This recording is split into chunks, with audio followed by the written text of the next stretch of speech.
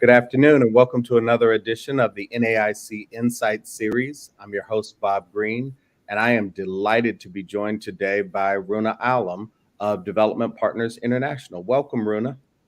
Thank you so much, Bob. I'm very pleased to be here. Oh, I've been looking forward to this conversation. And me too. You and I have had a few conversations, and they've always been interesting. Absolutely. Well, I promise to make this one interesting as well. Runa, why don't you start us off and tell us about Development Partners International and what the firm does? Development Partners International is a Pan-African private equity fund. We manage about 2.8 billion, including 800 million of co-investments. We invest throughout the African continent with the theme of companies that benefit from Africa's middle class. When we started, that middle class was around 350 million out of 1.3 billion. And we thought of them as our customers. COVID and the last 18 months have made it that digitization in our companies means we actually sell to the mass market also, to all income levels. And we invest essentially consumer-facing companies. We don't do startup or early stage companies.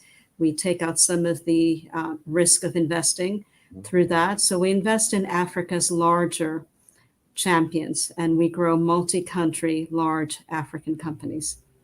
That is so fascinating. I went to Africa with Mita about 5 years ago for the very first time in my life. We went to Durban. Well, we went to South Africa. We went to Durban and Joburg, and then I went back a second time. But it was a life-changing experience for me, and I can't wait to go back. When Americans talk about Africa, we usually mistakenly do it in this homogenous way of describing it as one country with African people. And we just, frankly, ignore the fact that Africa is many countries. Talk to us about the regions of Africa you invest in and specific countries and how those countries are different from each other. Absolutely. So, Bob, you're absolutely right. Africa is not a country. It's the second largest continent in the world. It's actually misrepresented on a map because on a flat map, the center appears smaller, the outer edge continents and countries appear bigger. So it is the second largest continent after Asia. Mm-hmm. It should also be noted that for the last more than 15 years, it's been the second fastest growing continent in the world after emerging Asia. There are many regions to Africa, 54 countries. Mm-hmm. We think of the regions as the North or the MENA countries, which are Arabic speaking, although Egypt, the language of business is English, and the rest of Northern Africa is French. Then we have Francophone West Africa, anchored around Cote d'Ivoire and Senegal, the two largest economies. And Anglophone Africa, if you come down, just west and further south, which is anchored by Nigeria, Africa's largest economy with the largest population, about 300 million people. And Ghana also, a country of about 40 million people and very economically active.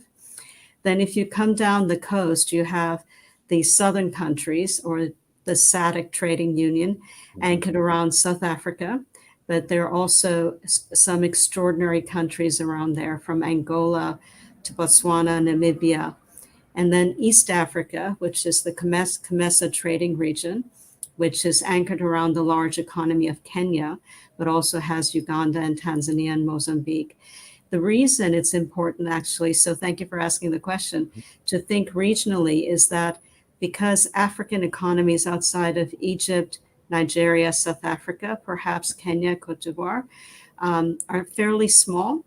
So most companies, as they get larger, go across countries regionally and become regional champions. And in our portfolio, we have grown over the last 14 years and 22 years for me investing in Africa, many such companies. But now we see also building Pan-African multinational companies, and we help them region to region. And so that's really a description of Africa. You know, I have assisted a couple of funds with attempting to attract U.S. LPs. And it's fascinating when you look at the size of the continent, the 54 countries that you mentioned, each of them in, I won't say each of them in a different development stage, but certainly five recognizable development stages.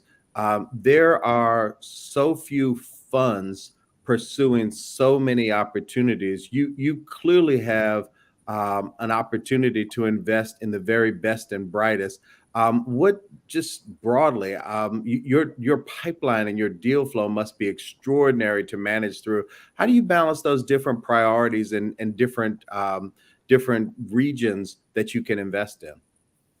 So we do it primarily by being both Pan-African experts and local experts. Hmm. So we have regional teams.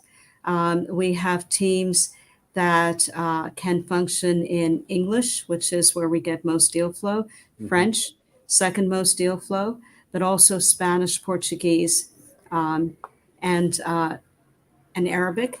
Our team obviously speaks many African languages also, but those are the business languages in Africa. So we start with the language skills, which grows across not only our investment team, but our value add team, our impact and ESG team, and even our IR team. So we have those language skills embedded in our teams. We also have local expertise by having a group that works in Egypt, a North African team, West African team, Nigerian team, that's a big country, South African team, and then East African team. So we pay a premium in terms of how we think about knowledge about those teams bringing into DPI very state of the art, current information from the regions. So macro politics, but also how's the deal flow? What would be the best types of strategies to invest in? What deals did we turn down? What did our competitors do? What do have our competitors have in their portfolio we might want to buy? So we meet in an organized way weekly to talk, but also monthly to go region by region and country by country. So it is a very big continent.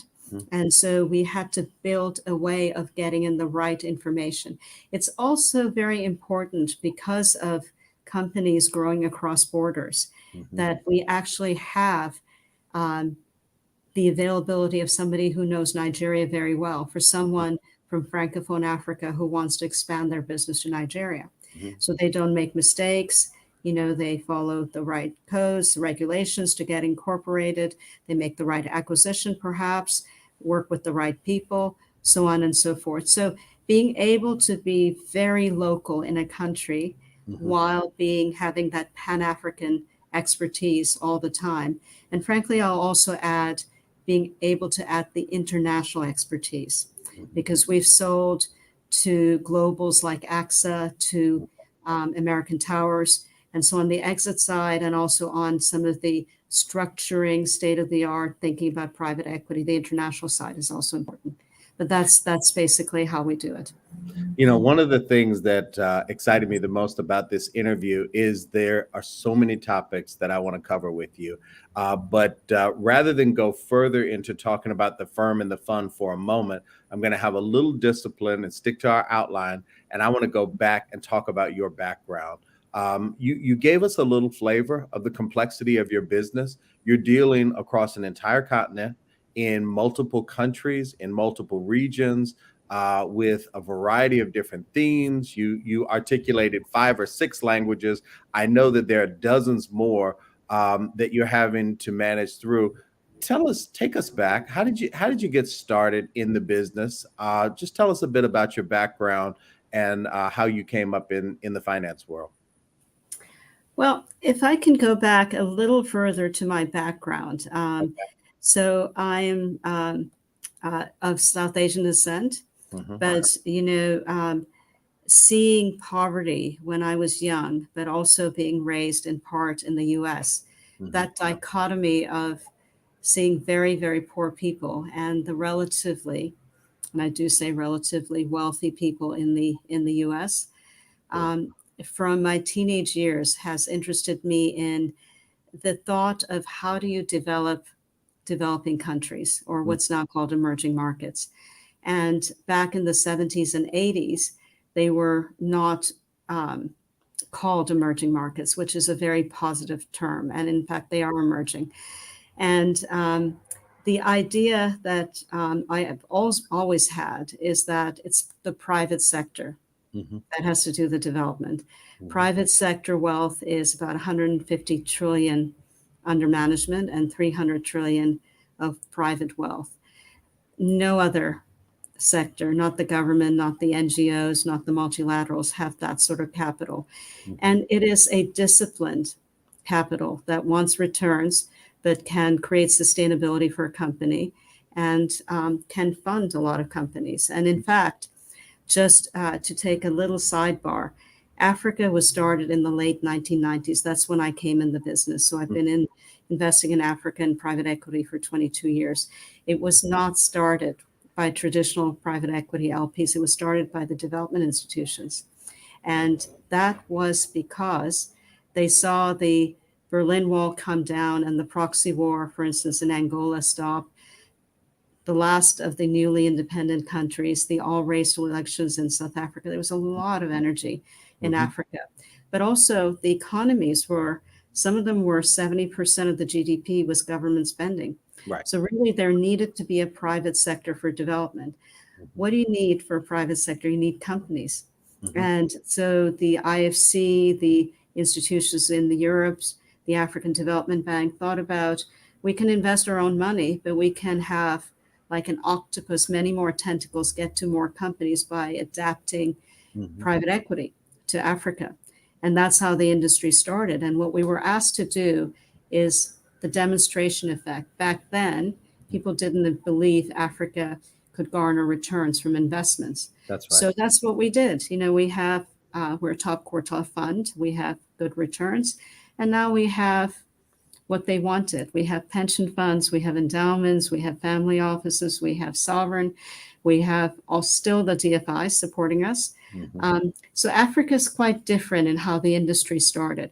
So I started with this idea that private capital could develop countries, studied development economics, went to business school, and have always wanted to stay on the finance side, started on Wall Street, and first worked in Asia and found my way into Africa really by incredible luck and serendipity. I worked for the first fund in Africa that actually got a return. That was in the 30s, and I was the equivalent of a deal partner. And then I became CEO of the next fund, where we did extremely well also. We were top decile anywhere in the world at that point. And in 2007, we started DPI with the value system of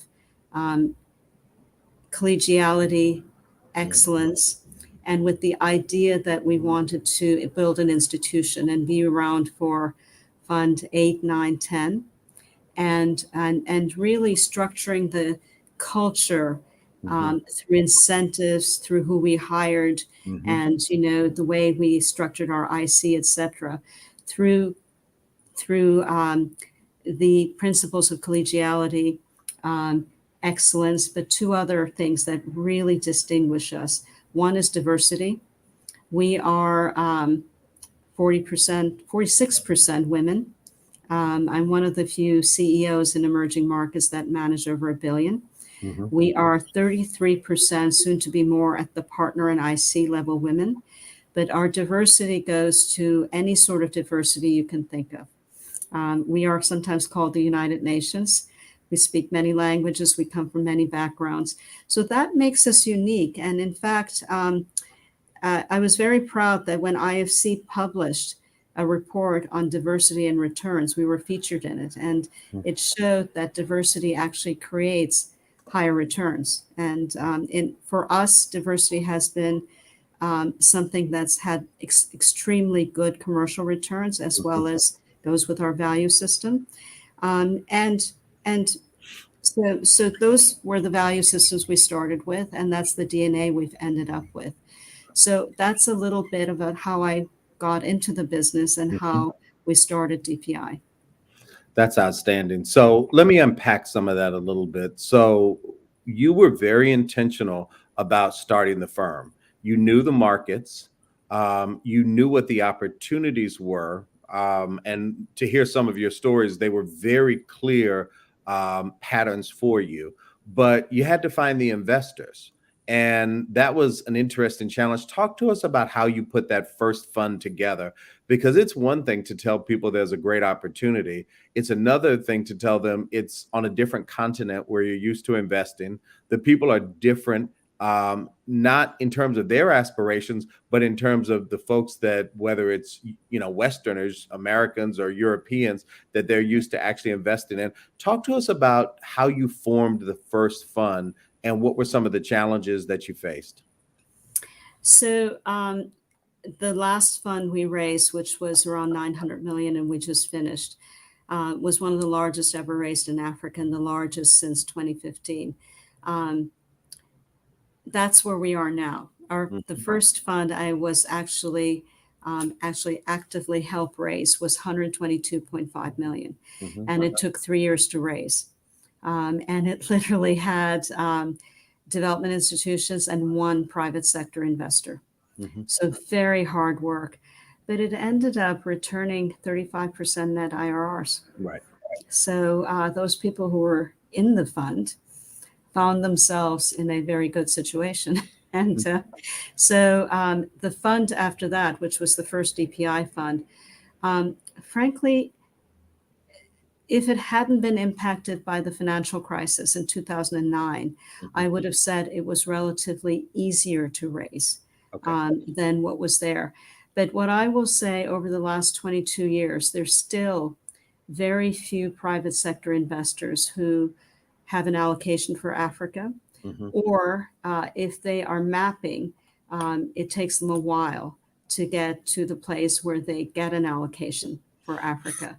But there are some, and they are, shall we say, repeat investors. So there is a reason for being in Africa, and so it's getting more broader, the Mhm. investor base, but it took a while to get there, and there's still misperceptions about Africa, So and so I hope some of those over the years do go away. good. Well, I want to jump in on some of those misperceptions because I have watched a number. I've worked closely with your team, and they're very sophisticated about how they present the opportunity on the continent of Africa. They're also very patient, far more patient, frankly, than I would be. I'm still trying to get LPs to believe that women and people of color can create wealth and value. But talk to us about the basic misperceptions. What do people believe who don't understand the market, and what's the actual reality within the markets that you invest in? Well, maybe I can illustrate the perception by what I love to see. Hmm. I love to see LPs coming for the first time to Africa Hmm. and watching their faces. So when we introduce them to our CEOs and our management teams, um, they are very pleasantly surprised. These are amongst the most talented CEOs they will have seen. Obviously, right for Africa, not right for the US, as sometimes US CEOs wouldn't be for Africa, but very talented, well educated, experienced, speaking the same financial language with a good track record behind them. Hmm. And then the teams also, very, very impressive. That's really the first misperception, that there aren't good management teams and therefore there aren't good companies in Africa. If I talk about our portfolio, there are companies that have grown 10% a year, but Hmm. many more companies grow 30, 40, 50% a year. Our record was a company that grew 123% in 1 year. Hmm. Overall, we are growth investors. We have very little debt in Africa. Hmm. So these have to be excellent companies that know their marketplace, know their customer, know how to get growth as well as efficiency to get bottom line growth. They have to do it in the private equity Hmm. um, time frame of around 5 years, maybe 7 years. And so the biggest misperception is the lack of such companies. Mhm. Other misperceptions, I mean, it goes the whole gamut Every to, single category, right? yes, exactly. Yeah. I made the trip over before the pandemic, and we're going to get a chance to talk about the pandemic, but I made the trip over to London to your annual meeting in 2019. And pretty much everything that you've described, I can attest to personally. I got a chance to engage with some of your CEOs, and they're extraordinarily impressive. Their grasp of their companies, their markets, how to serve, and it's not done in a hitch to Western thinking ways. They're experts in the markets that they're in, doing the things that they're in. But what I was fascinated by is the notion that you're actually investing in the development curve of all the lifestyle, whether it's food, whether it's healthcare. Talk to us a little bit about the things you're actually investing in, because I think when people hear Africa, they think development projects. These are not development No, projects. These not are at things, all. yeah. Talk to us about that. Sure. So there's some basic trends in Africa that we have been investing on and through for the last 20 years. And I think there's another 20 years left to this. So there's a long pathway still. The first is that Africa is a young continent. The average age is 19.5. It's one of the fastest growing populations. So we still have the demographic impact of growth of population in the way that parts of Asia no longer do. Mhm. Second is Africa is one of the most rapidly urbanization continents in the world. In another 20 years, a big chunk of the largest cities will be in Africa, from Cairo to Nairobi to Lagos to so on and so forth. And so very rapid urbanization. Along with that has come significant growth. And second fastest continent in the world. It had a 2 year period, 2009 and 10, where it was the fastest growing continent in the world because it was less impacted by the financial crisis. And then you have, in combination with that, that growth, increasing income levels. So a good, solid middle class. Before COVID, it had grown many millions of people coming out of poverty into the middle class. And it's gone down a bit, but I have growth is up in Africa. It's 5%. It was only down 1.9% versus, 5 to 10% in many European countries, US and other places. So with that growth comes income. And then you have two other trends, which are very important. One is Africa has some of the world's most sought after resources. In a climate change world, I hate to say oil and gas, but Africa does have that. But it also has minerals and rare earth minerals. And that provides for many countries in Africa solid underpinning for the economy. That then it adds the diversification of the economy to add to growth. And finally, something that was accelerated by COVID, which is leapfrogging of technology. Yes. And during COVID, digitization. So those things mean that who are we actually targeting? We are targeting that person who lives in a city or has moved to a city, has discretionary income, new or has always had it. What do they need? They need a bank. They need a bank account. They may buy a first car. They need insurance. They may send their children first generation to university. We own one of the largest private universities in Africa. They may need convenience, so processed food, restaurants, logistics. We invest in FMCG companies, agribusiness companies, everything that person has the money to spend. So traditionally, we've invested on that thesis. And through uptimes and downtimes, actually that unmet demand, these are things that in the US we take for granted, but there's still unmet demand in Africa on some of these basic, what I call consumer essentials. And with digitization, Mhm. our market has increased our customer base from 350 million middle class to maybe now 700 million people. So it's actually grown if we can be efficient to get a product at the right price point to a bigger group of people. So you're investing in a bigger market than the US, people population wise, a younger market than the US, Right. a market that does not have to evolve digitally, but is starting with a digital network, right? They're not doing copper, they're not doing the old infrastructure that we have. They're starting with digital markets, 4G, 5G, and so on. I was struck by the fact that when I came out of my beautiful modern hotel in South Africa, that my phone immediately switched to Wi-Fi, and that's weird mentally because in the US I'm in a building, so I'm on the Wi-Fi. But um, Joburg has a citywide Wi-Fi with towers on the hill, and I got 5 bar service all around the city. That's not happening anywhere in the US, right? So talk a little bit more Absolutely. about digitization, and let's tell the truth here, or let me encourage you to tell the story here, which is that in many cases, the newer markets, the developing markets, are technologically more advanced than the evolving markets that we see in the US, the various large cities within the US.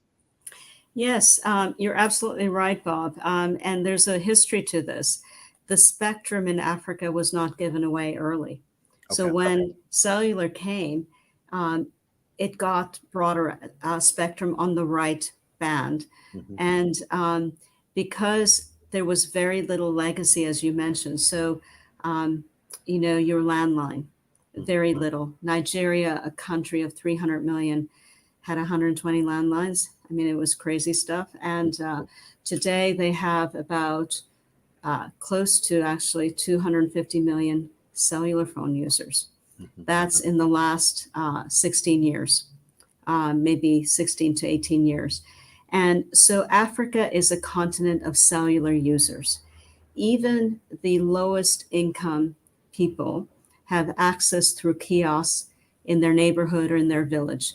And cellular phones are used everywhere. People of higher income have several, so they can never be disconnected. So when one thinks of digitization in Africa, it is not around the laptop or the computer, it's around cellular. Mhm. And in addition to that, a lot of unmet needs are going digital through cellular. So very few credit cards, but your cellular is now your phone is now your credit card. Right. It can be your mobile wallet, your credit card. It We have a The company bank as that's well, also, correct? sorry. Yeah, it can be your bank as well. It's 100% your bank by the time you get done. You don't need to go to a bank. Right. The provider of the service will have, depending on the country, a license themselves or be affiliated with a bank. But to the consumer, it can be completely unseen. Mhm. Um, and increasingly now, there's other digitization that's coming through your phone. Obviously, delivery of services. So our company, Food Concepts in Nigeria, uh, is now hugely delivering through COVID, stayed open.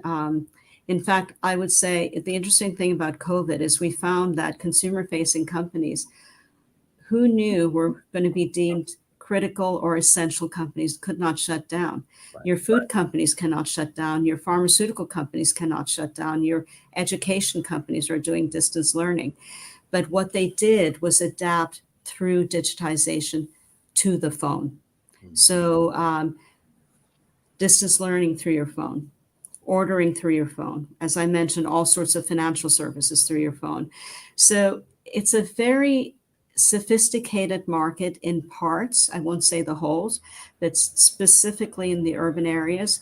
The young population is sophisticated technologically, Mhm. and it all feeds into private equity companies and getting a return. So, Runa, I'm going to put you on the spot a little bit. You and I both know that there are many U.S. plans that haven't even thought through their strategy for investing on the continent of Africa. They have not even been to Africa, let alone set up a target investment. Give us a recipe, right, for the LP that hasn't even started. Give us, I mean, 3, 4, 5 bullet points around what they should do to begin preparing themselves to invest in Africa. Well, I would say first find an organization which can give you guidance. So, on top of NAIC, there's also MEDA, there's also 2020, which actually actively work to get CIOs and others, to the continent of Africa. Traveling in a group, being able to see companies and the visuals, which is what you were talking about, Bob, is extremely important to understand Africa and even understand why a plan should be considering Africa.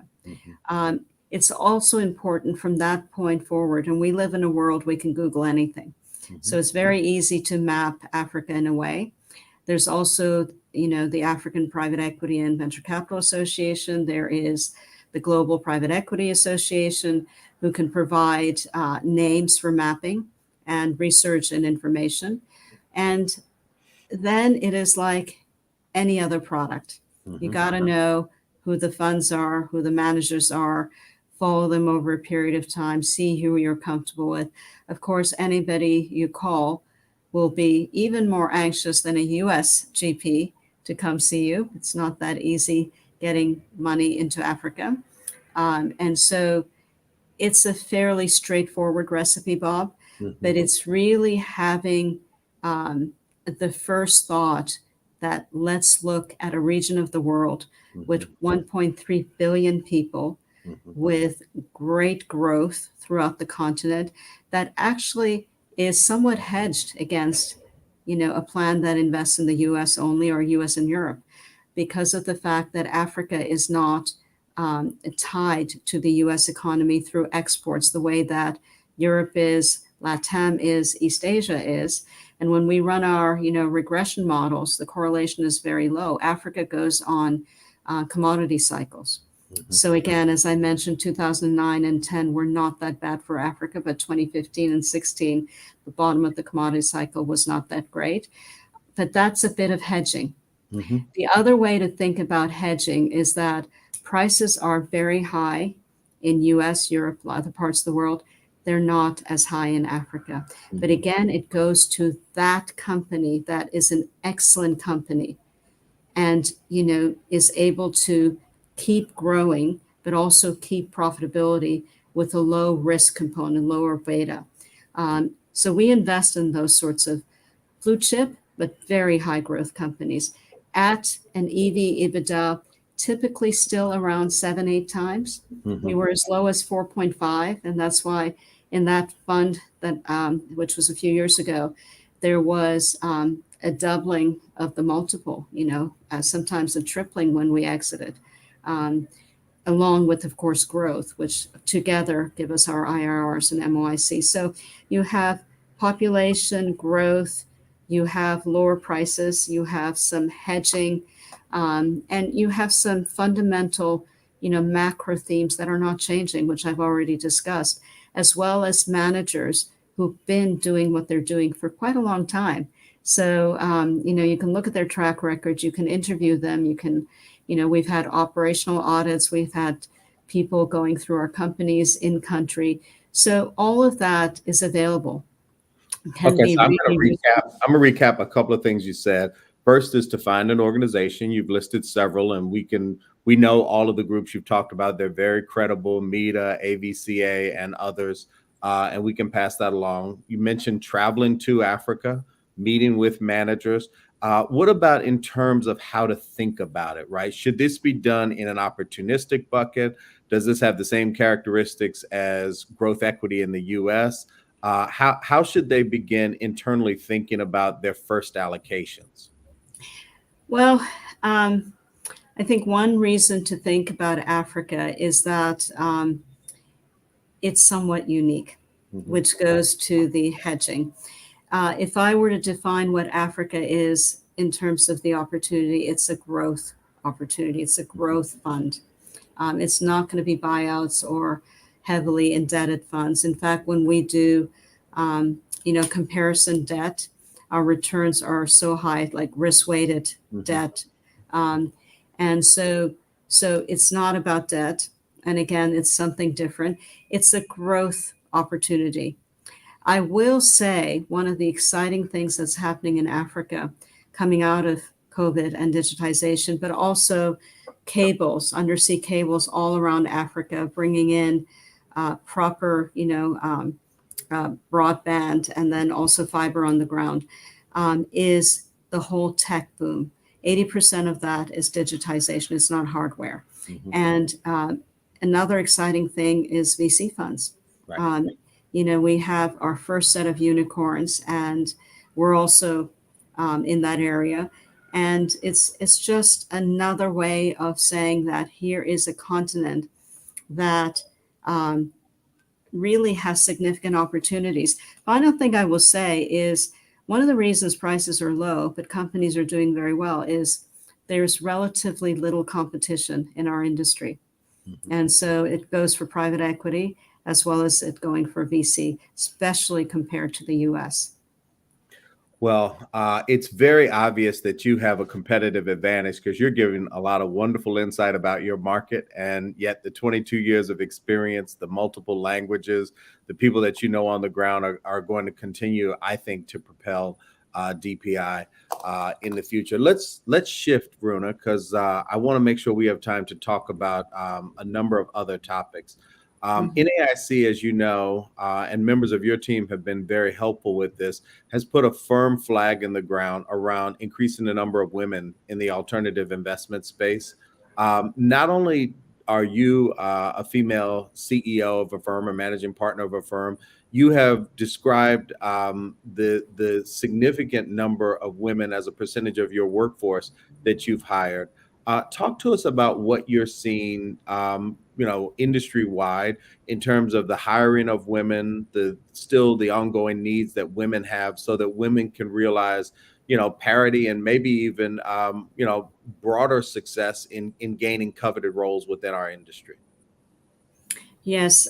So industry wide, I have to rely on research, especially from the Knight family.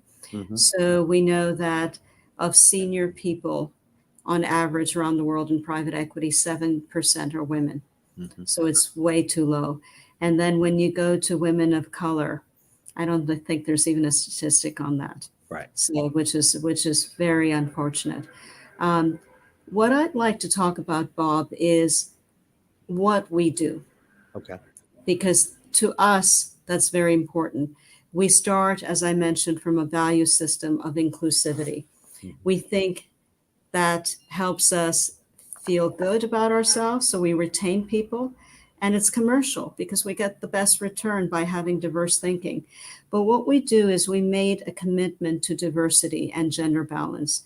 So it starts from a non-discrimination policy, which has been up pretty much from the beginning on our website, and it goes to very granular things. We've had gender balance training. We have had unconscious bias training, and the trainer said, people want to do one and done. You want to have 5 sessions over a year. Right. And with lots of nudges and a lot of discussion, but that's what we did. When we hire, we ask our recruiters to give us, and we push them, 50-50 men and women, and inclusivity, diverse backgrounds also, lower income people also. And we have gender balance and diverse panels that pick resumes, that are on the hiring panel, that interview, so on and so forth. Um, we then, when people come in, and these are all things that are known, these are things anyone can do if they want to, but we just do them. We have mentoring, both formal and informal, and we have At what levels? All levels? all levels Hmm. right from the beginning. But what we're doing is for the very senior women, we're now introducing also coaching Okay. that the firm will pay for. Um, we always try to listen and learn because there's never a point that you're done. Mhm. So we're always open to listening and learning. We were chosen by the G7 as the Gender Balanced Flagship Fund last year, and we started the whole 2X challenge, which is a global challenge to balance private equity funds. So we are, we do speak about this and try to help other funds get there. So I think that this is all possible to do. It's not easy also because it's not that one can't hire women or people of color or diversity 100% out there. It's just when you have a structure, if you lose some people to get back there, Right. you can't fire people to hire new people. So you have to just constantly be on a journey to have excellence, but have excellence because of diversity also. So do you think it's easier because of who leads your firm and the obvious, example that you present, and clearly no one is going to mistake your priority around it? Is it easier for you than I'm going to ask you an impossible question to answer, but is it easier for you as a person who is of a diverse background, of a diverse gender, leading the firm and having built the principles and laid them in very early on? Or do you find that everybody is faced with the same challenges? It's the amount of effort you put into overcoming the challenge. I think both, Bob. Hmm. I think, of course, I am who I am. Hmm. But I am lucky that my partners, of all different backgrounds, are hugely supportive of this. And what happens with this sort of effort is that the more you do it, the more it gets ingrained into the DNA, Hmm. the more the whole firm understands and supports it. And that's what's happened to us over the years. Is it easy to do? Not always. It's not always easy to do. Uh, but if you have a commitment to it, actually, as I keep saying, it's a not only a good return, but it's a commercial. It's a something that increases your returns, gets you a better product that you deliver to your LPs. I firmly believe that.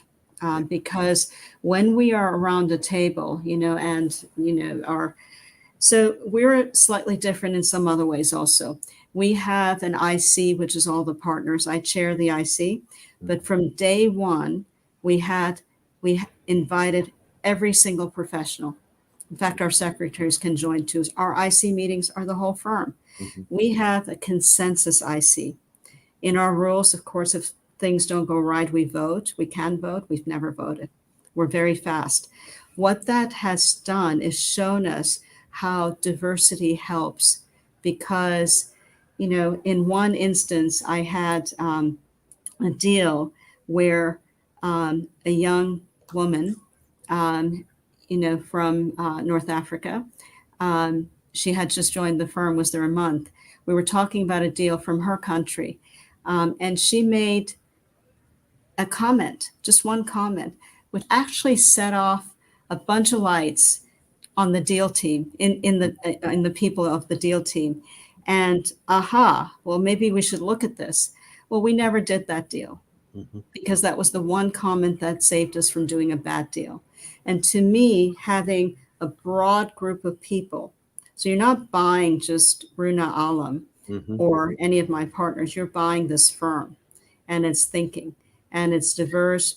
Every stone will get turned over and looked under.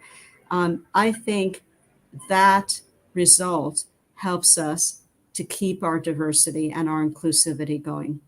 I love that answer. I did a little homework and talked to a few of the folks that I knew at your firm, and I asked them what was, if they had to encapsulate your leadership style in one word, what would it be? And the word that came up more times than any other was inclusive. Right? It was inclusive, it was inclusivity. And I asked what that meant. And a very junior person in your organization said, everybody has a voice. And that's literally what you just said. So I find that phenomenal because I've gone to many private equity firms, I've sat in many board meetings, and not everybody has a voice. But what was said about your firm is everybody gets a voice. How do you foster that? Is that coaching? Is that your own style? What fosters that throughout your organization? Well, it's certainly my own style. Hmm. And I think by now it's pretty much everybody's style. Right. So it takes a number of years. But it's really, I can speak about myself first. Just logically, if I'm hiring all these super smart people from all sorts of different countries with all sorts of different skill sets, if I don't listen to them, I'm not getting my money's worth. And we cannot be competitive because it's that skill set that we're hiring that we have to give a voice to. So along with the voice comes free flow of information. So there's very little that inside our firm we don't have go up and down, the different, titles, if you will, or the seniority, and across the different groups. And the combination of a voice and good information, what it does is it creates leaders. It allows even junior people to be leaders in their area. It allows them to be creative. Mostly, it empowers them to get things done. Hmm. And it also means that if they're thrown in the deep end of a pool, they have the capacity to swim Hmm. and swim fast. And so you're essentially then seeing the results of good products. You're seeing the results of people growing. So we've never hired a partner or a principal from the outside. We've promoted our own. And so that's a big part of, to me, of being successful, that you keep the information that you learned over the last many years within the firm, and you grow your own people, and you keep the culture, and you keep sustaining the culture. So all of those things come from giving that voice, and I think it's again a real activity that gives you returns. And what keeps it alive is that you know, it's my whole firm. It's all my colleagues. They might feel good about it. They see retention, people not leaving. They have friends in the firm. We joke that this is a firm that we like to go out with each other for a drink. Hmm. We like to have the firm activities. We end up liking each other. But also, you see the results. You see better deals, you see better exits, you see innovation. So, the type of exits we're doing now, some of them are highly, highly innovative and structured. So, and that information is shared across the firm. So, I think this idea of inclusivity is Hmm. something that's self perpetuating if you get it right. Yeah, and it's a powerful concept as well. So I Yeah, want to take you back 20 months, Runa, to the beginning, really the sort of beginning of us recognizing that we were facing a pandemic. So let's go back to March of 2020. yeah, You have significant capital, your personal capital tied up, your LP's capital tied up. The world is changing. You can't turn on the news around any topic and not hear about people's fears and starting to wear masks. And take me through, one, how you received that as a leader, and then two, how you formulated a plan to steer DPI through the pandemic. sure. So I think if everyone is honest, everybody was very, very worried at the beginning. Hmm. On top of what you said, Bob, we have companies all over Africa and we have to travel, Right. right? So, how do you travel when there's a pandemic? Do you not worry about getting COVID? Are the countries you're going into safe? Are they even allowing you in?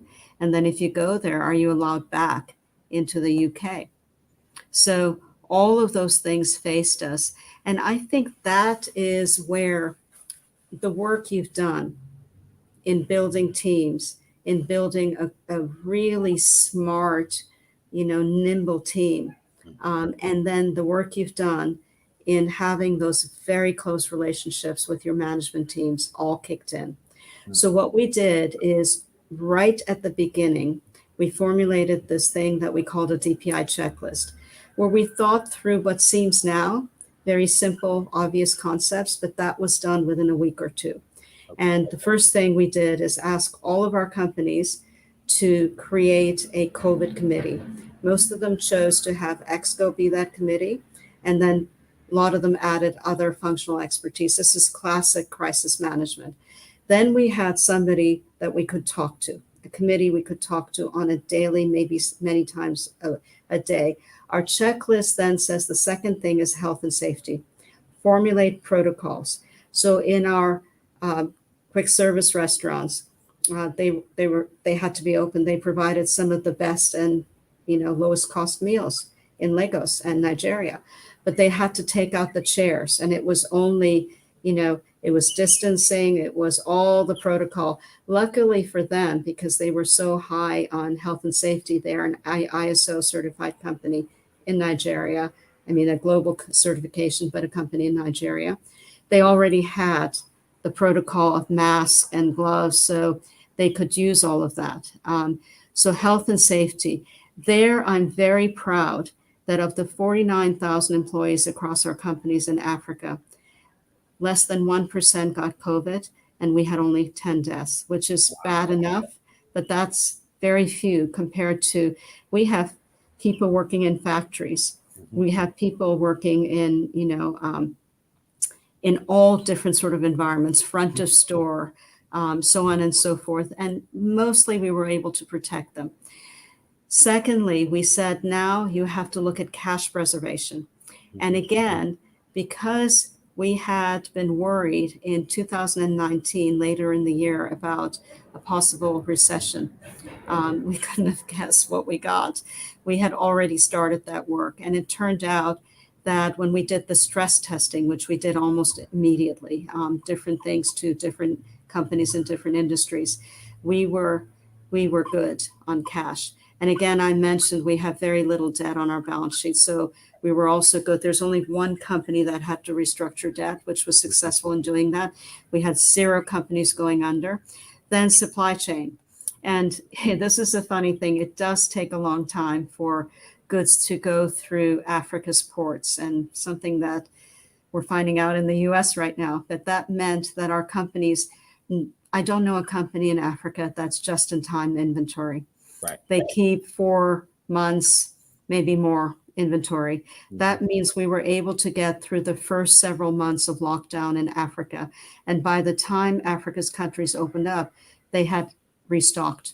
And so, and all in all, when we look at all of those things, and there's more things on the checklist, but I won't go into them.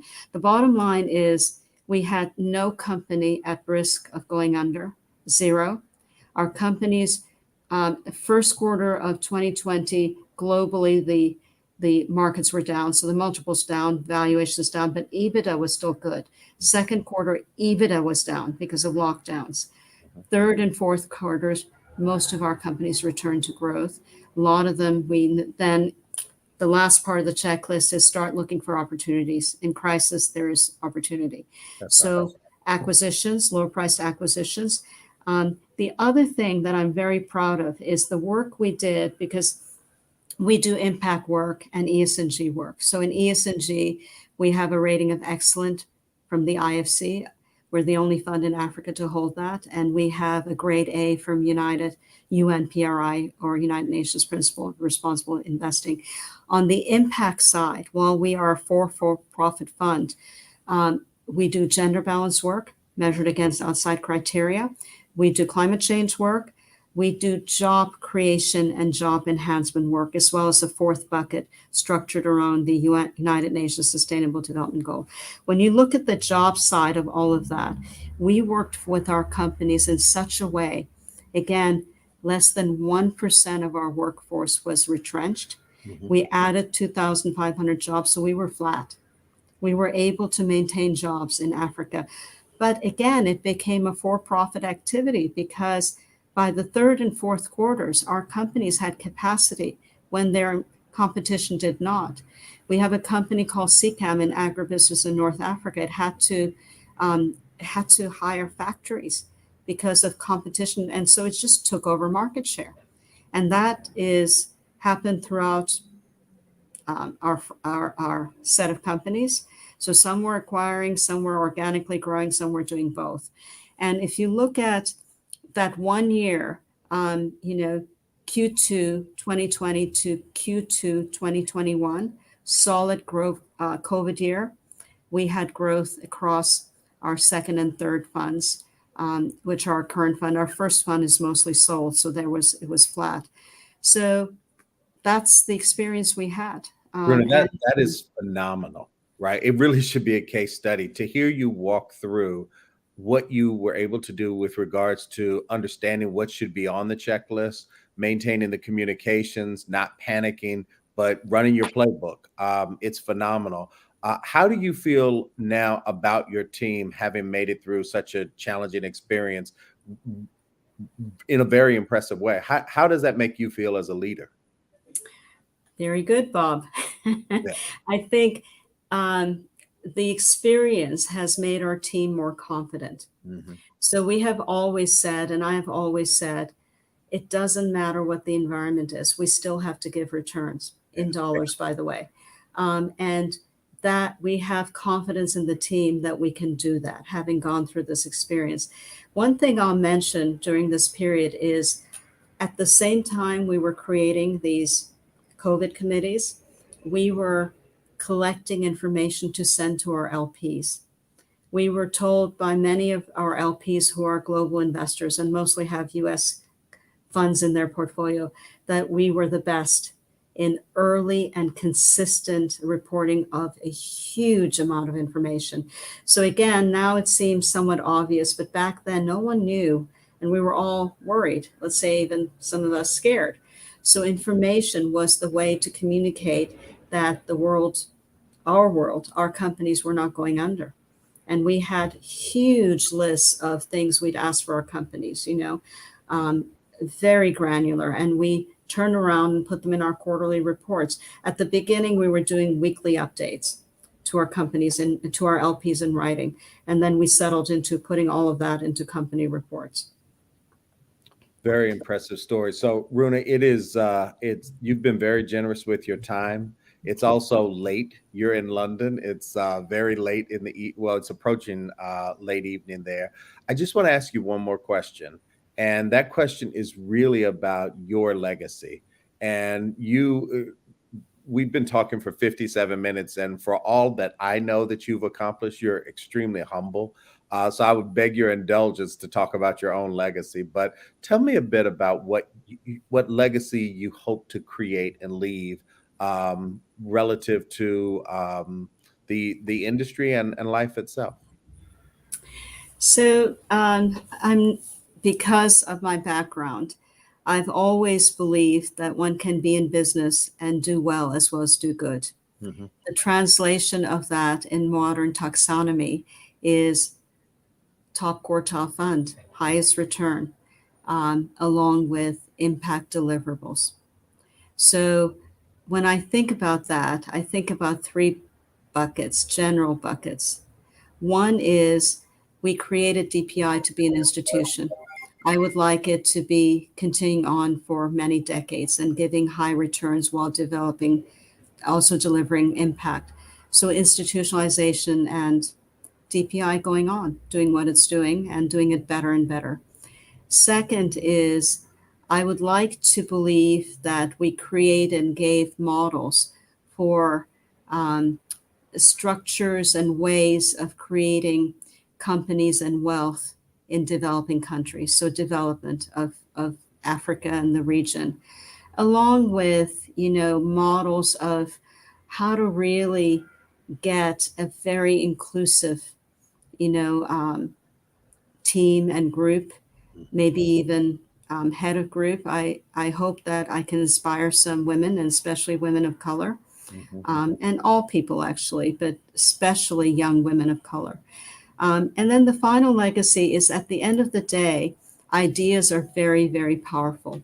So I'm doing work with the World Economic Forum. I sit on the board of CARE, and do various things, which is really thinking about how does one bring more capital into emerging markets, specifically into Africa also, but all emerging markets.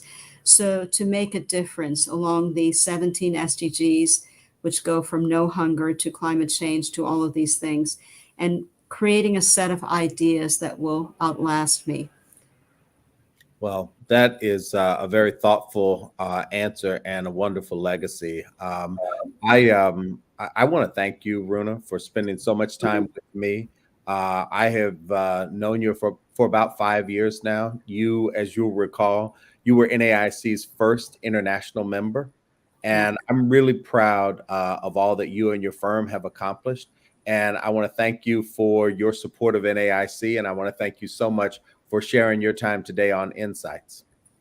Well, I want to thank you, Bob, for allowing me to share these thoughts, and I want to thank everyone who listened this afternoon.